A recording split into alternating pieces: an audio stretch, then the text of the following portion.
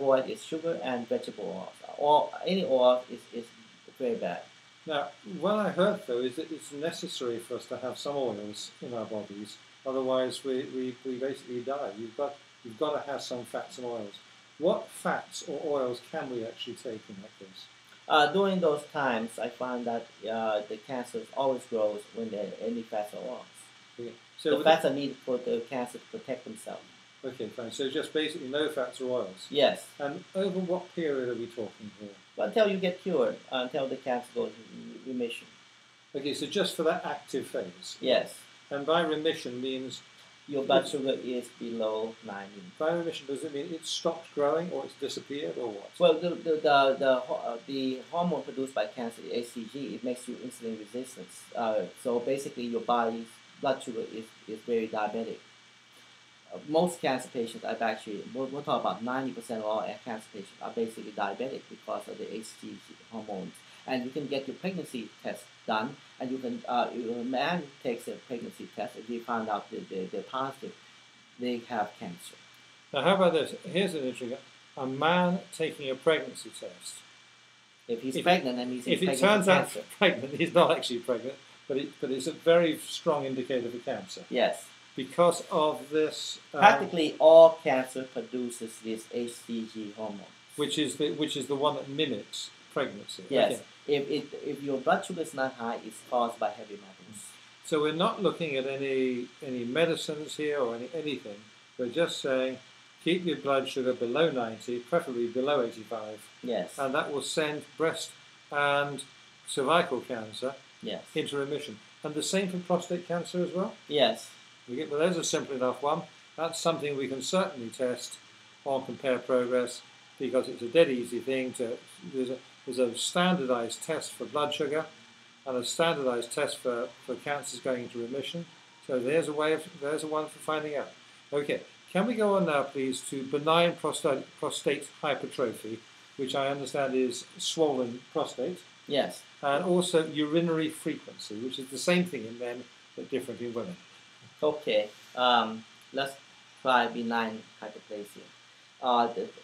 Basically, it's called swelling. Well, most men has it because they have a progesterone deficiency. Now, progesterone is required by women. We know that, but men do need it. Otherwise, they can't recover from a stroke or other conditions as well. So once you have progesterone cream applied to any area you want of the body, you can. It takes about 1 to 2 weeks to get your inflammation under control. And what would be the symptom or the effect of having the inflammation under control? You can urinate much more easier. You can empty your bowels a lot easier.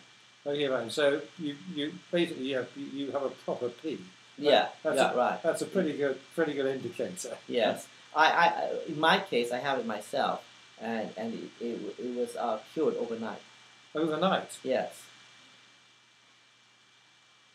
No, I give people 2 weeks. Okay? I'm doing myself just overnight. It's fine. Okay. And progesterone cream. And just putting progesterone cream whereabouts? Down here or anywhere? It goes everywhere. It doesn't matter where. Behind your ears or anywhere. It's fine. Well, how much do you have to use? Not just a little bit. Just put enough to put in your face. Yeah. Yeah. In there. So that's fair enough. And what about urinary frequency? Urinary frequency is caused by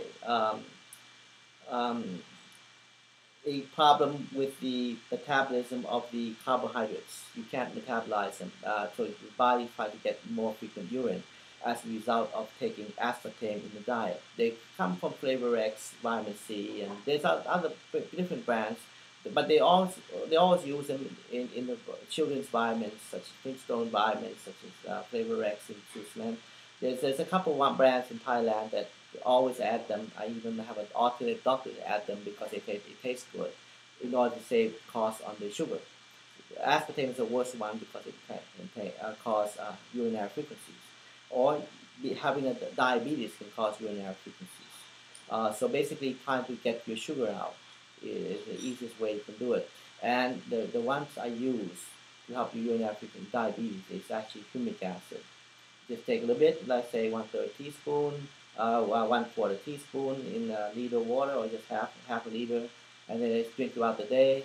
The urinary frequency will get down within a week or 2 weeks, depending on your condition. The Shilajit is the Indian name for humic acid, Western version of it. Western version is an extracted form of humic acid. The Shilajit is more pure form. It's fine. In Bhutan, we call it the Bakzan. It's the same thing. It contains a lot of micro minerals and a lot of micro trace elements that's found. I don't know what causes it to prevent that cure, but I know it cures a lot of urinary frequency. I have several people who go by plane. I've seen them urinary frequently. I give them humic acid and they're fine. Or if there's not humic acid not available, I can give them Shilajit. It's found in India. It's the same thing. Thank you. And the Shilajit is spelled S-H-I-L-A-J-I-T. S-H-I-L-J,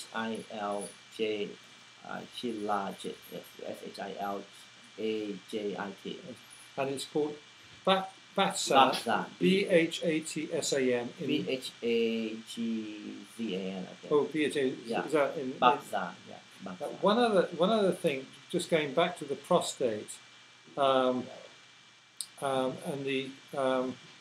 the prostate swelling for a moment. Yes. You said that you should use progesterone cream because there's too much DHT, which is dihydrotestosterone. Progesterone helps remove or reduce the dihydrotestosterone. And dihydrotestosterone causes inflammation of the prostate, but it also causes hair loss in men. And this is bad testosterone. Yes, yes. I didn't realise this till recently. It's rather like those so-called good and bad cholesterol. Yes, yes. There's good and bad testosterone as well. Yes, that's exactly it. Okay, fine. And this reduces the bad stuff and keeps up the good. But it does keep up the good stuff, so we can still perform okay. Yes. Jolly good. That's always helpful.